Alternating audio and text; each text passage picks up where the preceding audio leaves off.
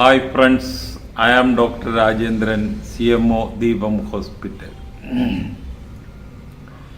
ഞാനിന്നിവിടെ പറയാൻ പോകുന്നത് റീനൽ ഫങ്ഷൻ ടെസ്റ്റുകളെ പറ്റിയാണ്. അപ്പോൾ കിഡ്നിയുടെ യഥാർത്ഥ ഏറ്റവും വലിയ ഫങ്ഷൻ എന്ന് പറയുന്നത് വേസ്റ്റ് മെറ്റീരിയൽസ് എക്സ്ക്രീറ്റ് ചെയ്യുക എന്നുള്ളതാണ്. അപ്പോൾ കിഡ്നിയുടെ ഫങ്ഷൻ എന്തെങ്കിലും തകരാറ് സംഭവിച്ചു കഴിഞ്ഞാൽ, ഉദാഹരണത്തിന് ക്രോണിക് റീനൽ ഫെയിലിയർ വന്നു കഴിഞ്ഞാൽ ഈ എക്സ്ക്രീഷൻ മൂത്രത്തിലോട്ട് ഈ വേസ്റ്റ് മെറ്റീരിയൽസ് അടിച്ചു മാറ്റുന്നത് നടക്കാതെ വരും, അല്ലെങ്കിൽ കുറയും. അപ്പോൾ അങ്ങനെ വരുമ്പോൾ ഈ രക്തത്തിൽ ഇതിൻ്റെ അളവ് കൂടിക്കൂടി വരും. അപ്പോൾ ഈ രക്തത്തിലെ അളവ് കൂടിക്കൂടി വരുന്നത് ടെസ്റ്റ് ചെയ്തെടുക്കുന്നതാണ് റീനൽ ഫങ്ഷൻ ടെസ്റ്റുകൾ. അപ്പോൾ ഏറ്റവും ആദ്യം നമ്മൾ ചെയ്യുന്നത് യൂറിയ നോക്കും, ബ്ലഡ് യൂറിയ. ബ്ലഡ് യൂറിയ എന്ന് പറയുന്നത് പ്രോട്ടീൻ മെറ്റബോളിസത്തിൻ്റെ ഒരു വേസ്റ്റ് പ്രൊഡക്റ്റാണ് ഈ യൂറിയ എന്ന് പറയുന്നത്. അപ്പോൾ ഈ യൂറിയ ബ്ലഡിൽ കൂടെ അത് അവസാനം കിഡ്നിയിൽ ചെല്ലും, കിഡ്നി അത് മൂത്രത്തിലോട്ട് എക്സ്ക്രീറ്റ് ചെയ്യും.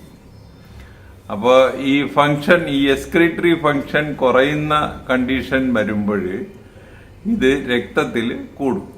അപ്പോൾ എന്താണ് ഇതിൻ്റെ നോർമൽ വാല്യൂ എന്ന് വെച്ച് കഴിഞ്ഞാൽ 20 തൊട്ട് 40 മില്ലിഗ്രാം പെർ ഡെസിലിറ്റർ. ഇതാണ് ഇതിൻ്റെ നോർമൽ വാല്യൂ. അപ്പോൾ ഇത് ഈ നോർമൽ വാല്യൂവിന് മുകളിൽ പോകും. അപ്പോൾ അങ്ങനെ ഒരു കണ്ടീഷൻ, ബ്ലഡിൽ ഈ ബ്ലഡ് യൂറിയ കൂടുന്ന കണ്ടീഷന് യുറീമിയ എന്ന് പറയും. ആ വാല്യൂ ടെസ്റ്റ് ചെയ്ത് കണ്ടുപിടിച്ച് എടുക്കുന്നതാണ് ഒരു റീനൽ ഫങ്ഷൻ ടെസ്റ്റ്, ആദ്യത്തെ റീനൽ ഫങ്ഷൻ ടെസ്റ്റ്. ഇനി അടുത്തതായിട്ട് ക്രിയാറ്റിനിൻ. ക്രിയാറ്റിനിൻ ഈ മസിൽസിന്റെ പ്രവർത്തനത്തിൽ ഉണ്ടാകുന്ന ഒരു എൻഡ് പ്രൊഡക്റ്റ്, ഒരു വേസ്റ്റ് പ്രൊഡക്റ്റ്.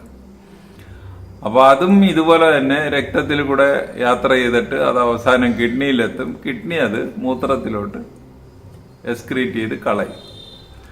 അപ്പോൾ അവിടെ റീനൽ ഫങ്ഷൻ തകരാറിലാവുമ്പോൾ ഈ ക്രിയാറ്റിനിൻ ലെവല് കൂടും.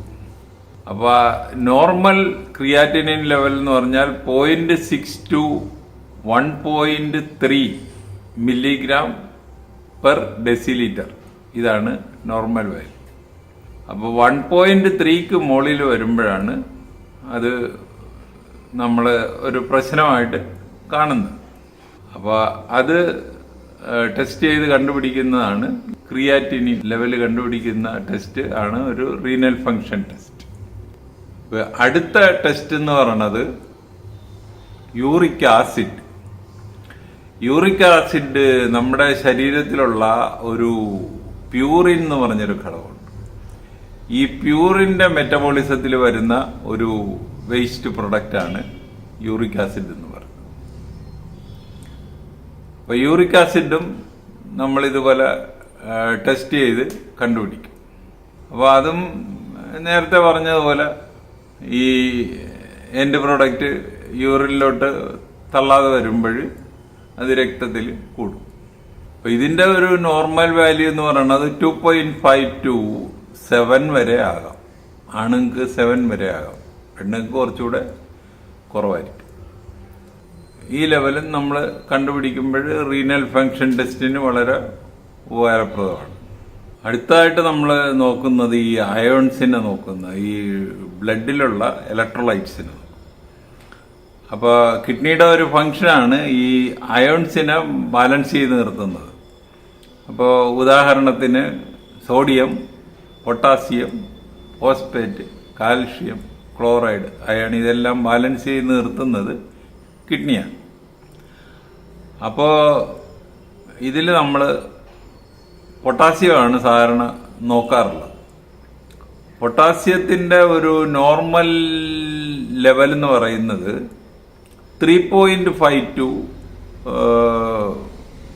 5.5 മില്ലിഗ്രാം. അപ്പൊ ഇത് കിഡ്നി ഫംഗ്ഷനിൽ എന്തെങ്കിലും ഒരു തകരാറ് സംഭവിക്കുമ്പോൾ പൊട്ടാസ്യത്തിന്റെ അളവ് കൂടി വരും. അപ്പോൾ പൊട്ടാസ്യത്തിന്റെ അളവ് കൂടിയാൽ വളരെ ഡേഞ്ചറസ് ആണ്. എന്ന് പറഞ്ഞാൽ ഒരു 7 മുകളിൽ പോയി കഴിഞ്ഞാൽ കാർഡിയാക് അരിത്മിയാസ്, അതുപോലെ ചിലപ്പോൾ കാർഡിയാക് അറസ്റ്റ് വരാം, ഡെത്ത് വരാം. അപ്പോൾ അവിടെ നമ്മൾ ഈ പൊട്ടാസ്യം നോക്കുന്നത് വളരെ ഇമ്പോർട്ടൻ്റ്. ഇതും നമ്മുടെ കിഡ്നി ഫംഗ്ഷൻ ടെസ്റ്റിൻ്റെ അകത്ത് ഉൾപ്പെടുത്താവുന്നതാണ്. പിന്നെ കിഡ്നിയുടെ ഒരു വലിയ ഫംഗ്ഷൻ എന്ന് പറയുന്നത് ഈ RBC പ്രൊഡക്റ്റ്. അപ്പൊ കിഡ്നിയിലുണ്ടാകുന്ന ഒരു ഹോർമോണാണ് എർത്രോപോയിറ്റിൻ എന്ന് പറയും. അപ്പൊ ഈ എർത്രോപോയിറ്റിന്റെ പ്രൊഡക്ഷൻ വെച്ചിട്ടാണ് ഈ RBC പ്രൊഡക്ഷൻ, അത് എർത്രോപോയിറ്റിൻ RBC പ്രൊഡക്ഷനെ പ്രൊമോട്ട് ചെയ്യുന്നത്. അപ്പോ ഈ എർത്രോപോയിറ്റിന്റെ പ്രൊഡക്ഷൻ ഇല്ലാതെ വരുമ്പോൾ RBC പ്രൊഡക്ഷൻ കുറയും. അപ്പോൾ ബ്ലഡിന്റെ HB നോക്കുന്നത് ഈ റീനൽ ഫംഗ്ഷൻ ടെസ്റ്റിൽ നമുക്ക് ഉൾപ്പെടുത്താവുന്നതാണ്. അതുപോലെ തന്നെ റീനൽ ഫംഗ്ഷൻ ടെസ്റ്റിൽ ഉൾപ്പെടുത്താവുന്നതാണ് ഈ യൂറിൻ അനാലിസിസ്. യൂറിൻ അനാലിസിസിൽ ഏറ്റവും പ്രധാനമാണ് അൽബുമിൻ എന്ന് പറഞ്ഞു കഴിഞ്ഞാൽ യൂറിനിലേക്ക് അൽബുമിൻ ലീക്ക് ചെയ്യുന്നുണ്ടോ എന്ന് കണ്ടുപിടിക്കും. അപ്പോൾ പല കാരണങ്ങൾ കൊണ്ടും മൂത്രത്തിൽ അൽബുമിൻ കാണാം. അതിൽ ഒരു കാര്യം ഈ ക്രോണിക് റീനൽ ഫെയിലിയർ കൊണ്ട്. അപ്പോൾ അതെല്ലാം കണ്ടുപിടിക്കാനായിട്ട് നമുക്ക് ഇതൊരു വെറും നിസാര ഒരു ടെസ്റ്റാണ്. ഒരു ടെസ്റ്റ് ട്യൂബിൽ ഇച്ചിരി മൂത്രം എടുത്തിട്ട് അതിൻ്റെ മോൾ ഭാഗം ചൂടാക്കുമ്പോൾ അതിൻ്റെ അകത്തുള്ള ആൽബുമിൻ കോവാഗുലേറ്റ് ചെയ്യും. അപ്പോൾ അതിൽ ഇച്ചിരി അസറ്റിക് ആസിഡ് ഒഴിച്ച് കഴിയുമ്പോൾ ഈ കോവാഗുലേഷൻ അതുപോലെ തന്നെ നിൽക്കുകയാണെങ്കിൽ ആൽബുമിൻ ഉണ്ടെന്നുള്ളതാണ്. പിന്നെ നമ്മൾക്ക് ചെയ്യാനുള്ളത് ഒരു USG അബ്ഡോമൻ. USG അബ്ഡോമൻ എന്ന് പറഞ്ഞു കഴിഞ്ഞാൽ നമുക്ക് ഇദ്ദേഹത്തിന് ഒരു കിഡ്നിയോ ഉള്ളോ, അല്ലെങ്കിൽ 2 കിഡ്നിയോ ഉണ്ടോ, അല്ലെങ്കിൽ കല്ലുകളുടെ സാന്നിധ്യങ്ങൾ, പിന്നെ ഈ കിഡ്നി ചെറുതായിട്ടുണ്ടോ, ഇതെല്ലാം കണ്ടുപിടിക്കാൻ പറ്റും. അതും റീനൽ ഫംഗ്ഷൻ ടെസ്റ്റിൽ നമുക്ക് ഉൾപ്പെടുത്താവുന്നതാണ്. ഈ ഫംഗ്ഷൻ